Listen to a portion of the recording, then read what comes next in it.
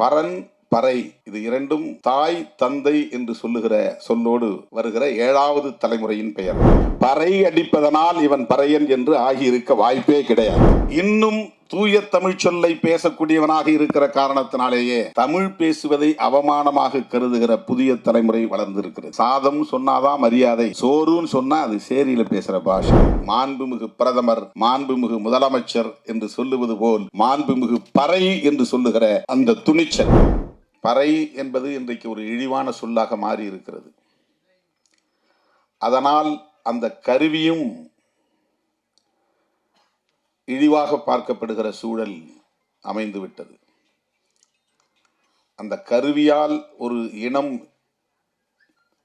இழிவாக கருதப்படுகிறதா அல்லது ஒரு இனத்தால் ஒரு சமூகத்தால் அந்த கருவி குறைத்து மதிப்பிடப்படுகிறதா என்று நமக்கு தெரியவில்லை. ஆனால் இது ஆதி சிவன் அடித்த பறை என்று கவிஞர் சினேகன் அவர்களின் வரிகளில் அண்ணன் தேனிசை தென்றல் அவர்கள் அமைத்திருக்கிற இந்த பாடல் நம் கவனத்தை ஈர்த்தது. தங்கர்பச்சான் அவர்களின் படத்திலே பறை பறை பறை என்று ஒரு பாடல் ராகவா லாரன்ஸ் அவர்கள் நடித்திருப்பார். அது தமிழகத்தில் ஒரு பெரிய தாக்கத்தை ஏற்படுத்தியது. அதன் பிறகு பறை என்கிற சொல் இழிவானதல்ல, அது மாண்புமிகு என்கிற பெருமைக்குரியது என்கிற வகையில இந்த திரைப்படத்திற்கு பெயர் சூட்டியிருப்பது ஒரு துணிச்சலான செயல், போற்றுதலுக்குரிய செயல். இந்த பெயர் சூட்டியதற்கே விருது கொடுக்கலாம், தனியே ஒரு பாராட்டு விழாவை நடத்தலாம். இயக்குனரின் துணிச்சலை, கதை எழுதியவர்களின் துணிச்சலை நான் மனமாற பாராட்டுகிறேன், வாழ்த்துகிறேன்.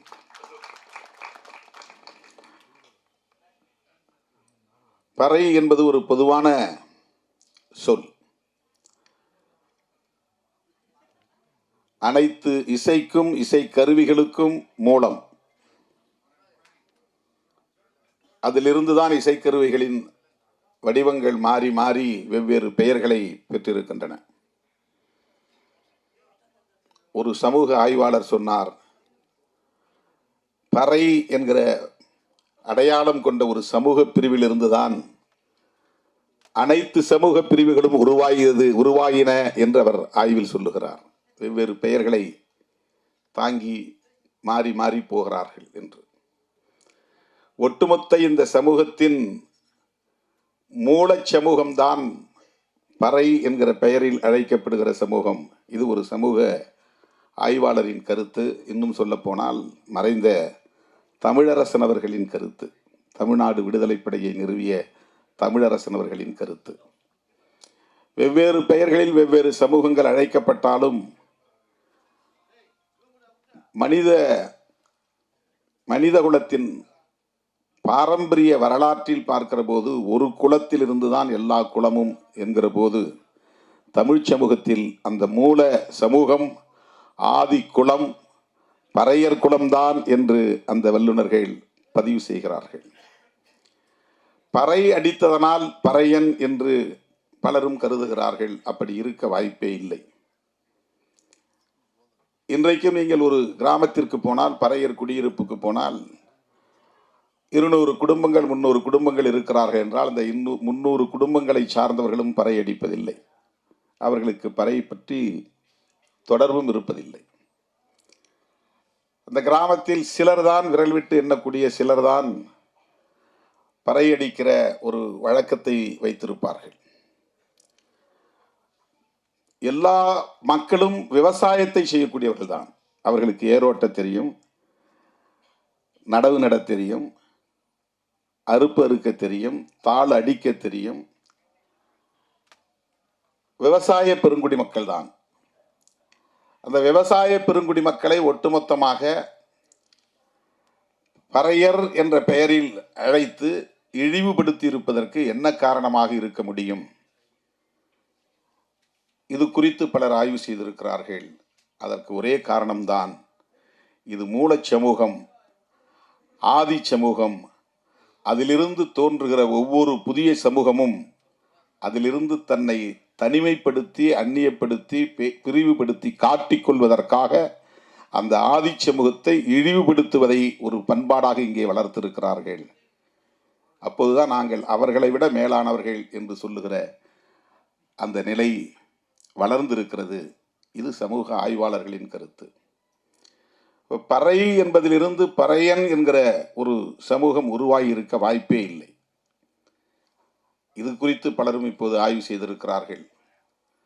பரம்பரை என்கிற சொல்லில் வருகிற பறை, இந்த பா ரை, அது இடையின ரை, எரள வரள இடையினம் என்கிற இப்படி கொம்பு போட்டு கீழே இழுக்கிற ரை பறை. இந்த வல்லின ரை அல்ல, கசட தபர என்கிற எழுத்துக்களில் வருகிற வல்லின ரை இந்த இசைக்கருவியை குறிக்கும். அந்த பறையன் என்கிற சொல்லில் இருக்கிற எழுத்து இடையின ரகரத்தில் வருகிற ரை என்கிற சொல்லை குறிக்கும், எழுத்தை குறிக்கும். ஏன் என்றால் அதற்கு ஒரு விளக்கம் தருகிறார்கள். பரன் பறை, இது இரண்டும் தாய் தந்தை என்று சொல்லுகிற சொல்லோடு வருகிற 7வது தலைமுறையின் பெயர். இந்த தலைமுறை நாம், நமக்கு முந்தைய தலைமுறை தந்தை தாய், அந்த தந்தை தாய்க்கு முந்தைய தலைமுறை பாட்டன் பாட்டி, அந்த பாட்டன் பாட்டியின் தந்தை தாய் பூட்டன் பூட்டி, அந்த பூட்டன் பூட்டியின் தந்தை தாய் ஓட்டன் ஓட்டி, அந்த ஓட்டன் ஓட்டியின் தந்தை தாய் பரன் பறை. இது 7வது தலைமுறை. ஆதி குடி, அந்த பரனுக்கும் பறைக்கும் பிறந்தவர்கள் சேயோன் சேயோல், சேயோனுக்கும் சேயோலுக்கும் பிறந்தவள் ஓட்டன் ஓட்டி, ஓட்டனுக்கும் ஓட்டிக்கும் பிறந்தவர்கள் பூட்டன் பூட்டி, பூட்டனுக்கும் பூட்டிக்கும் பிறந்தவர்கள் பாட்டன் பாட்டி, பாட்டனுக்கும் பாட்டிக்கும் பிறந்தவர்கள் தந்தை தாய். இன்றைக்கு நாம், இது 7 தலைமுறை குறிக்கிற ஒரு சொல்லாடல் தமிழிலே உண்டு. அந்த பறையை குறிக்கிற சொல்தான் பறையன் என்கிற பெயராக மாறி இருக்குமே தவிர பறை அடிப்பதனால் இவன் பறையன் என்று ஆகியிருக்க வாய்ப்பே கிடையாது.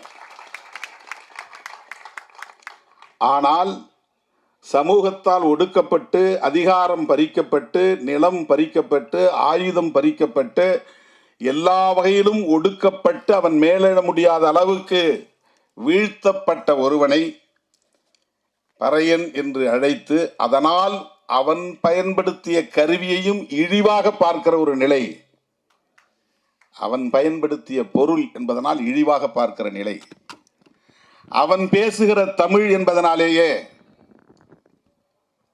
இன்னும் தூய தமிழ் சொல்லை பேசக்கூடியவனாக இருக்கிற காரணத்தினாலேயே தமிழ் பேசுவதை அவமானமாக கருதுகிற புதிய தலைமுறை வளர்ந்திருக்கிறது.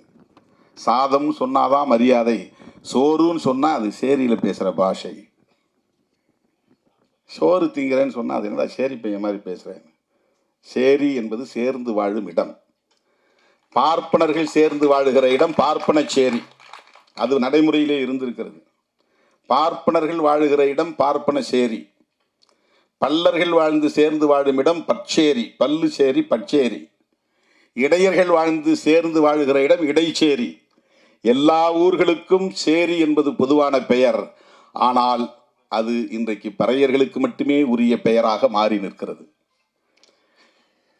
தோல் கருவிகள், எல்லா கருவிகளும் பறையிலிருந்து தோன்றியது. மற்ற தோல் கருவிகளுக்கெல்லாம் சமூகத்தில் மரியாதை. ஆனால் அவன் பயன்படுத்துவதனாலேயே அது இழிவான கருவி, இழிவான பொருள் என்று பார்க்கிற ஒரு உளவியல் இங்கே கட்டமைக்கப்பட்டிருக்கிறது. இதைத்தான் மாற்ற வேண்டும். பொது உளவியலில் இந்த இழுக்கு இருக்கிறது, அதை துடைத்தெறிய வேண்டும் என்றுதான் பெரியார் கனவு கண்டார், புரட்சியாளர் அம்பேத்கர் கனவு கண்டார். அதைத்தான் நாம் பேசுகிறோம். அந்த அரசியல் புரிதல் இருப்பதனால்தான் விஜய் சுகுமாரன் இந்த படத்திற்கு மாண்புமிகு பறை என்று பெயர் சூட்டியிருக்கிறார். அண்ணா ரொம்ப அருமையா சொன்னாங்க.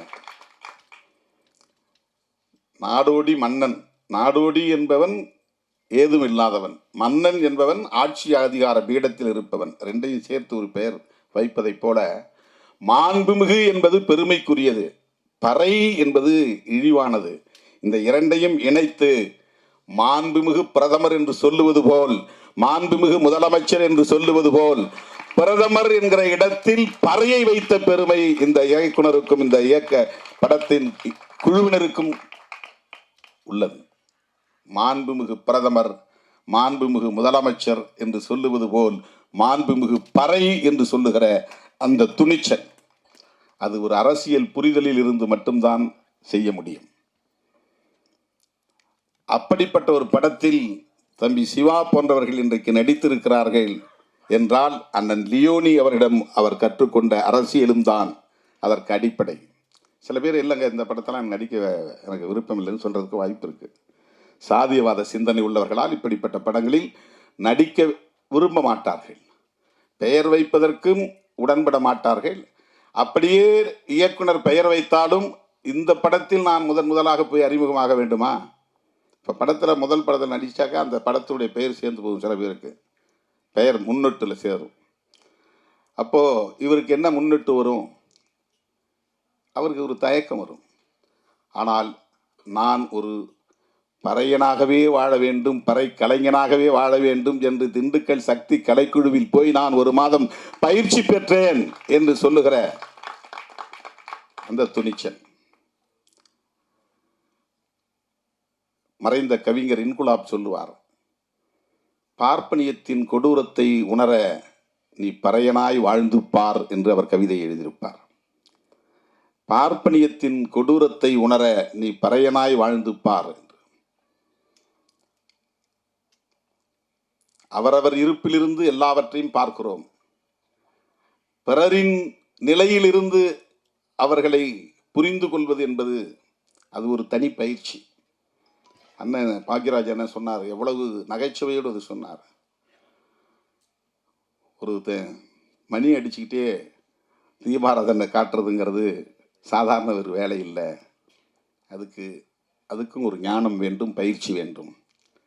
சர்வர் வேலை செய்கிறதுக்கு ஒரே நேரத்தில் 10 பேர் வருவான், 10 விதமாக ஆர்டர் பண்ணுவான். அதை அனைத்தையும் கேட்டு மனசில் ஞாபகத்தில் வச்சு அதை போய் ஆர்டர் பண்ணி வாங்கிட்டு வந்து எவன் எது கேட்டானோ அவன்கிட்ட கொடுக்கணும். அவனுக்கு தகுந்த மாதிரி பில் போட்டு வாங்கி கொடுக்கணும். இது எவ்வளோ பெரிய பணி தோழர்களே. பறையனாய் வாழ்வது என்பது அவ்வளவு கடினமானதல்ல.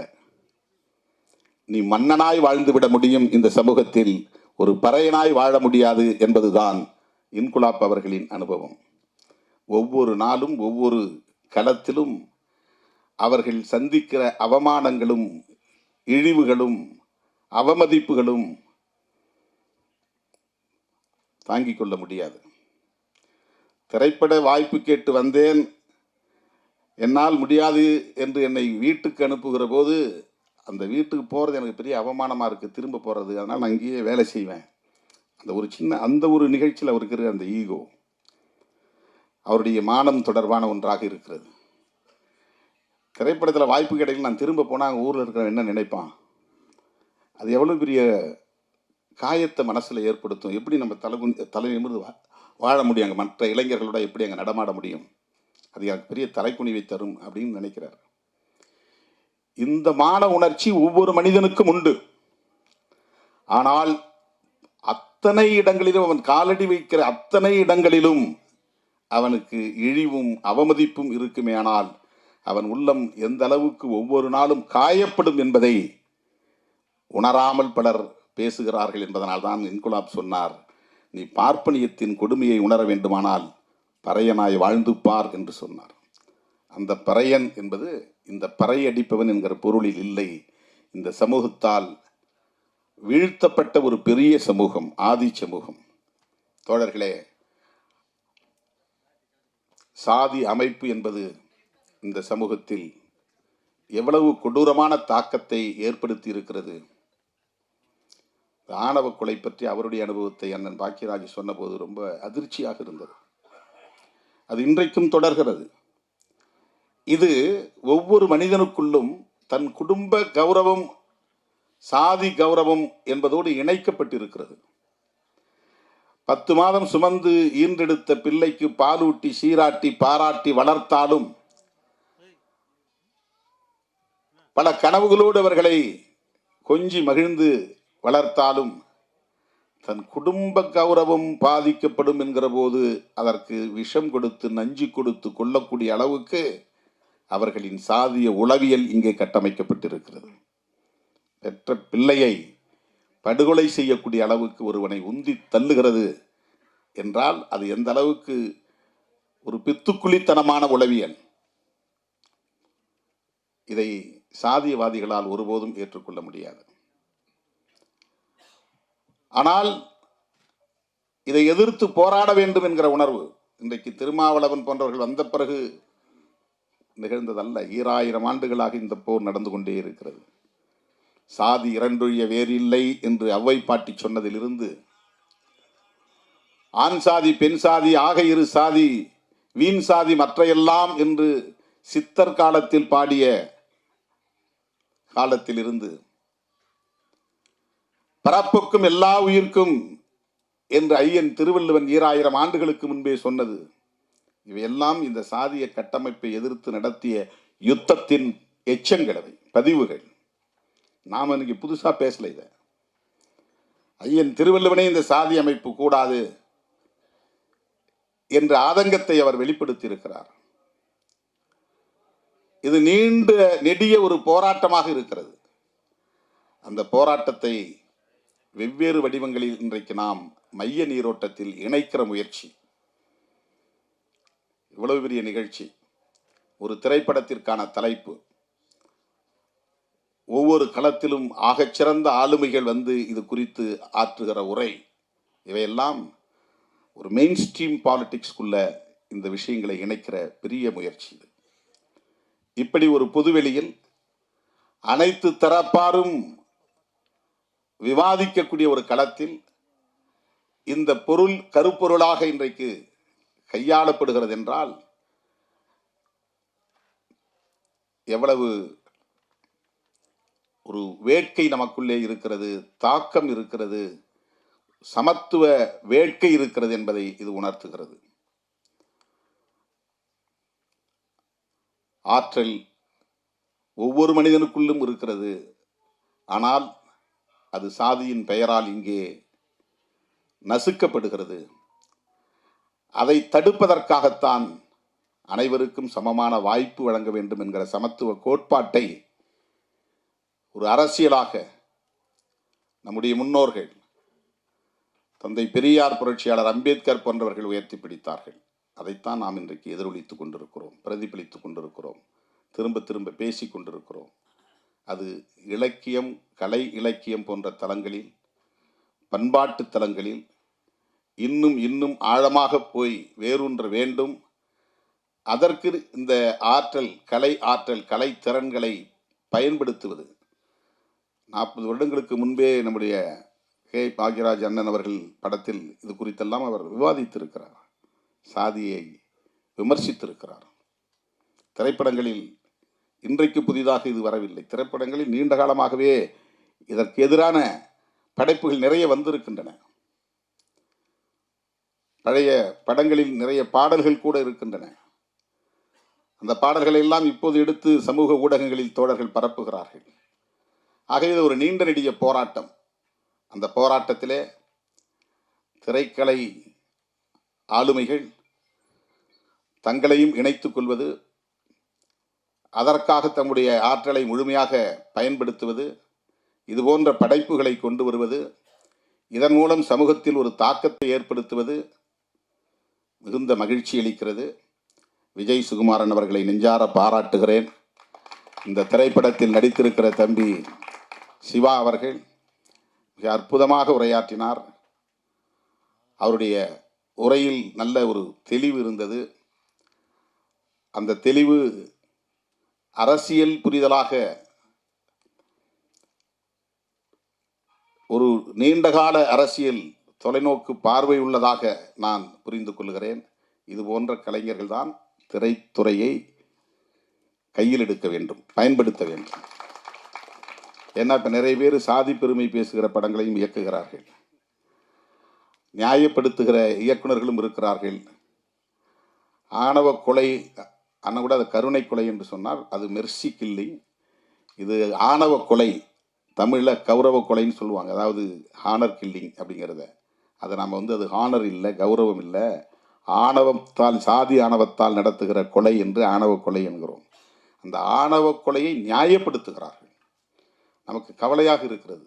திரைத்துறையை இப்படிப்பட்ட பிற்போக்கு சக்திகளின் கைகளில் ஒப்படைத்து விடுமோ இந்த சமூகம்?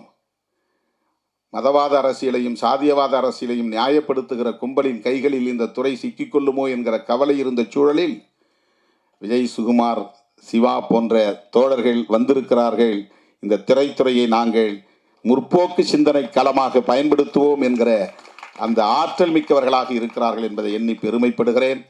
இந்த திரைப்படத்தில் நாம் முழுமையாக பார்த்தால்தான் என்ன கதை கருப்பொருளாக இருக்கிறது என்பதை அறிந்து கொள்ள முடியும். என்றாலும் கூட இந்த தலைப்பே நம்மை வியக்க வைக்கிறது, ஆழ சிந்திக்க வைக்கிறது. அந்த வகையிலே இது வெற்றி பெற வேண்டும். வெற்றி பெற வைப்பதற்கு தமிழ் சமூகம் முழுமையாக ஒத்துழைக்க வேண்டும். விடுதலை சிறுத்தைகளும் அதற்கு ஒத்துழைப்பாக இருப்போம் என்பதை இந்த நேரத்திலே சொல்லி, எனக்கு இந்த அரிய வாய்ப்பை ஏற்படுத்தி தந்த அண்ணன் லியோனி அவர்களுக்கும், இயக்குனர் விஜய், சுகுமாரன், தம்பி சிவா போன்றவர்களுக்கும் என்னுடைய நெஞ்சார்ந்த நன்றியை தெரிவித்து விடைபெறுகிறேன். நன்றி, வணக்கம்.